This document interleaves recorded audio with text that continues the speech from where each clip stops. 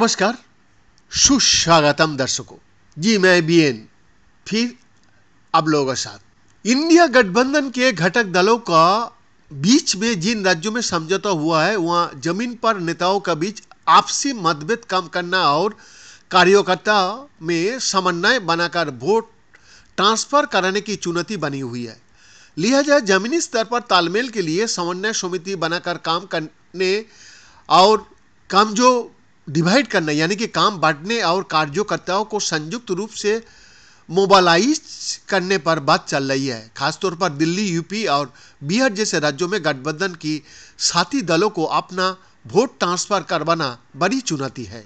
दिल्ली में आम आदमी पार्टी और कांग्रेस के बीच गठबंधन का कांग्रेस की स्थानीय इकाई पुरजोर विरोध कर रही है, लेकिन बड़े लक्ष्यों को हवाला देकर गठबंधन हो गया।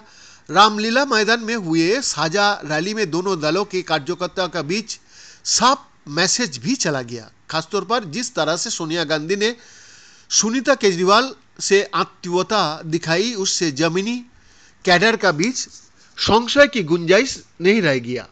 लेकिन अभी भी उम्मीदवारों के पक्ष में स्थानीय नेताओं के बीच समन्वय बनाना और बूथ स्तर तक तालमेल की रणनीति नहीं बन पाया है। माना जा रहा है कि कांग्रेस उम्मीदवार का फैसला होते ही जमीनी स्तर पर समन्वय पर काम की अंतिम रूप दे दिया जाएगा।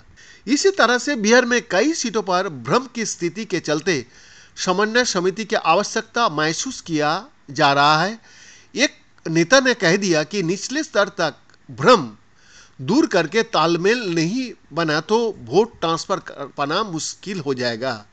करीब आधा दर्जन सीटों पर भ्रम दूर करने का साथ अन्य सभी जगहों पर स्पष्ट संदेश के साथ साझा समिति बनाकर जिम्मेदारी तय करने पर बात हो रही है। इसी तरह उत्तर प्रदेश में भी समाजवादी पार्टी और कांग्रेस के बीच गठबंधन हो गया है, लेकिन पुराने कड़वे अनुभव के देखते हुए यहां भी सपा और कांग्रेस के लिए असली चुनौती प्रचार अभियान के लिए जमीनी पर समन्वय सुनिश्चित करना और लोकसभा चुनाव में एक दूसरे के वोट ट्रांसफर करना एक गुरुत्वपूर्ण पदक्षेप होगा।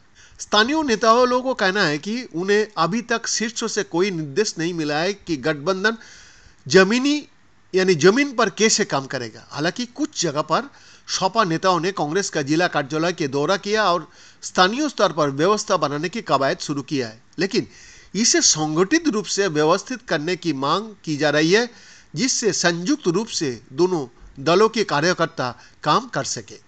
जानकारों का कहना है कि एक दल का वोट बैंक माने जाने वाली वोटर का दूसरा दलों के लिए वोट ट्रांसफर कराना हमेशा देरी, खीर और अबूझ पहेली जैसा रहा है।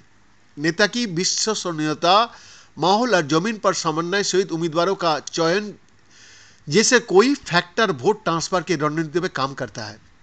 वर्ष 2017 में सपा और कांग्रेस के बीच गठबंधन तो था, लेकिन उनके स्थानीय इकाइयों ने एक दूसरे से किनारा कर लिया।